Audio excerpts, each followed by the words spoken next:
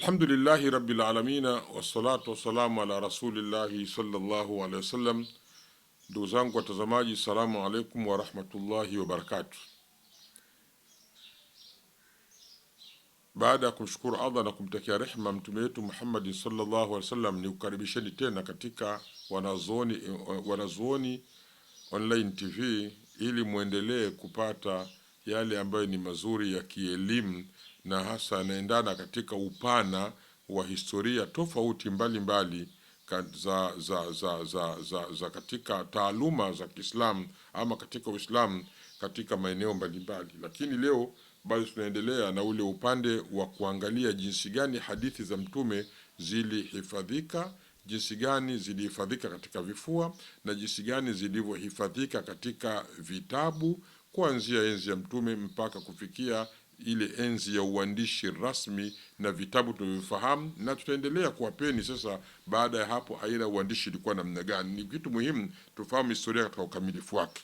Leo hii katika sehemu ya 9, na baada ya kuishia katika uandishi rasmi ulioandikwa na wale maimamu ambao walioandika vitabu, na tukafahamu majina ya vitabu ambavyo walivyoviandika. Sasa tumesema kwamba leo hii tunaingia katika kuangalia uandishi baada, aina ya uandishi baada ya hivi vitabu ambavyo ni majami au musannafati vinavyokusanya kila kitu ndani ya mli. Uandishi uliokuja baadaye ulikuwa na namna gani? Uandishi uliokuja baadaye ni kwamba ni aina ya uandishi, ni uandishi ulikuwa na vitabu maalum au uandishi maalum. Uandishi huu katika lugha za kitaalamu wanaita ni uandishi wa almasanidu. Almasanidu, unapoambiwa katika lugha kiistilahi mustalah, almasanidu ni vitabu ambavyo vimetungwa katika mtindo wa isnadi, yani wa chain, mlolongo wa wale wapokezi wa hadithi. Maana yake ni nini? Maana yake ni kwamba kwanza, vitabu hivyo hamna fatwa za maswahaba wala hamna fatwa za matabiina wala hakuna tafsiri, ni hadithi tu. Lakini hadithi zenyewe zimetungwaje? Hadithi hizo zimekusanywa katika mtindo wa kila swahaba mmoja na hadithi zake ambazo alizozipokea. Tuchukulie mfano, mtungaji wa hadithi ile sasa anachukua hadithi zile anaziweka, mwandishi wake tuseme mtu atungi, anaandika hadithi zipo ila anazipanga, anamweka sahaba Abu Bakr ni Siddiq.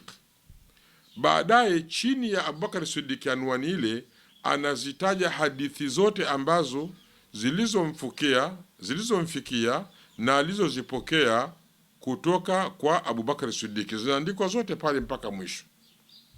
Baada ya hapo labda anakuja sahaba mwingine Omar ibn Khattab, anafanya hivyo hivyo hadithi zake zote. Anakuja labda Abu Huraira, anafanya hivyo hivyo chini yake. Yani kila kimtaja sahaba fulani, baada yake mbele kila hadithi itakuja baada ya jina la sahaba yule inamuhusu, ni hadithi ilipokelewa kutoka kwa mtume na sahaba huyo.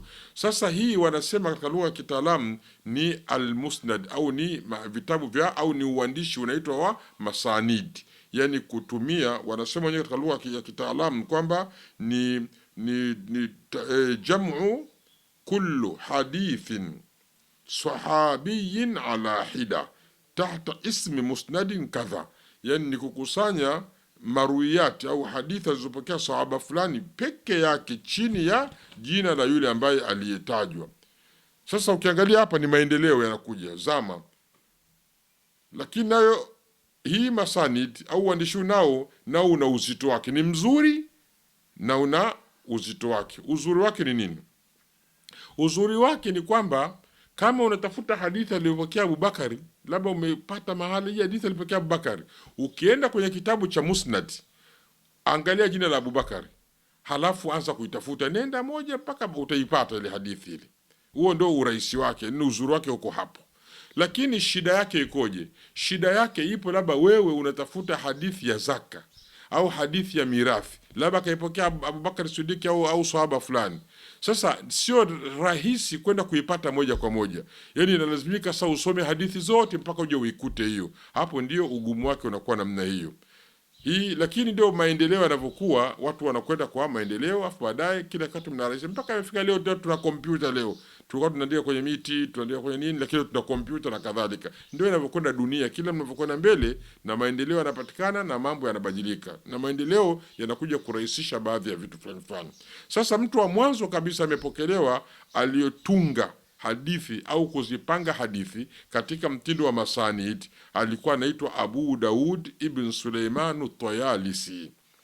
Msimchanganye, kuna Abu Daud Sijistani. Huyu Abu Daud Sijistani huyu ni katika wale vitabu 6 tutavisema huko mbele, lakini kuna Abu Daud bin Suleiman At-Tayalisi. Huyu ni Abu Daudi mwingine. Huyu alizaliwa mwaka 133 na alifariki mwaka 204. Yani kazaliwa karne ya pili, kafariki karne ya 208, karne ya 3 hiyo. Huyo ndio mwandishi wa kwanza wa vitabu katika mtindo wa masanidi. Baadaye watu waliokuwa katika zama zake yeye wakaona huyu bwana anafanya kazi nzuri, wakamfuata njia yake na wao wakaanza kuandika. Bwana mmoja anaitwa Asad ibn Musa al-Umawi. Huyu naye yeye kafariki mwaka 212 na alifariki baada ya Abu Daudi, naye akaandika kitabu kikubwa kinafahamika, kitabu cha Musnad ya Asad bin Musa. Na mwingine akiitwa Ubaidullah bin Musa al-Absi, naye alifariki mwaka 213, kaandika kitabu cha Musnad. Mwingine akiitwa Musaddad bin Musarhad al-Basri. Huyu Musaddad al-Basri naye kaandika, naye alifariki mwaka 228. Kwa hiyo kuna Musnad Musaddad maana yake. Alafu kuna Nuaim bin Hamad al-Khuzai al-Misri, Misri huyu naye aliandika kitabu, naye kafariki mwaka 228. Hawa wote unavyoona hawa wana vitabu walivyoandika, lakini vitabu vyao vilikuwa katika mtindo wa musnad, ambapo walijaribu kutoa zile kauli za maswahaba katika vitabu vya wale waliowatangulia katika zile musannaf na majami. Wao wakaandika tu hadithi tupo za Mtume, lakini katika mtindo kila hadithi ya sahaba wanaiweka chini ya jina lake sahaba yule, bila kujali ni hadithi yenye maudhui gani. Wao tu la msingi wameandika hadithi ya Mtume sallallahu alaihi wasallam. Hao watu mabingwa na wengineo walifuatilizia athari za hao. Mfano, mnayemfahamu Imamu Ahmad bin Hanbal sahibul madhhab, alizaliwa mwaka 164 kafariki mwaka 241. Imamu Ahmad naye amefanya hivyo, naye ana kitabu na ndio watu wengi wanakijua. Utasikia Musnad Imam Ahmad, Musnad Imam Ahmad bin Hanbal, na ni kikubwa, kina mijarada mingi sana. Kitabu kile nacho ni kitabu kimeandikwa katika mtindo wa musnad. Mwingine anaitwa Ishaq bin Rahawayhi, amezaliwa mwaka 161 akafariki 238. Huyu shekhe wa Imamu Shafi'i, Ishaq bin Rahawayhi. Huyu ni shekhe wa Imamu Shafi'i, naye ana kitabu cha Musnad wa Ishaq. Na mwingine anaitwa Uthman ibn Abi Shayba, hawa katika mashekhe wa Bukhari hao, ambaye kazaliwa mwaka 156 kafa 239, na wengineo. Hao nao waliandika vitabu, lakini hao walikuja baada ya hao waliotangulia, na hao wakajitahidi kuviboresha zaidi, lakini ni katika mtindo huo huo wa sahaba, alafu hadithi inakuja nyuma yake. Sasa wanasema wanawazuoni wa hadithi na wanazuoni kwa ujumla kwamba kitabu cha Imamu Ahmad, Musnad wa Imamu Ahmad, ndiyo katika musnad ambaye ni mkubwa na ni mpana zaidi, na kwa sababu yeye kwanza alikuwa ni tabi'in, yani ni atba tabi'in, mfuasi wa wafuasi wa matabi'in. Alikuwa ni Ahmad ibn Hanbal, musnad wake ni mkubwa. Na kama tumesema kwamba enzi hizi za hawa mataba tabi'in na wale matabi'in, kitu muhimu cha kufahamu walichofanya juhudi sana ni kukusanya zile hadithi pamoja na sanadi zake, yani wapokezi ni kina nani, afu inakuja ile hadithi yenyewe. Sasa ilikuwa ni rahisi, hadithi ambazo ni maudhu wanajitenga nazo, na walivyokuwa ni mabingwa wanaziandika nazo, na hiyo sanadi yake wanakuomba vile vile, ili waje wataalamu waweze kuja kufahamu nini mbivu, nini mbichi.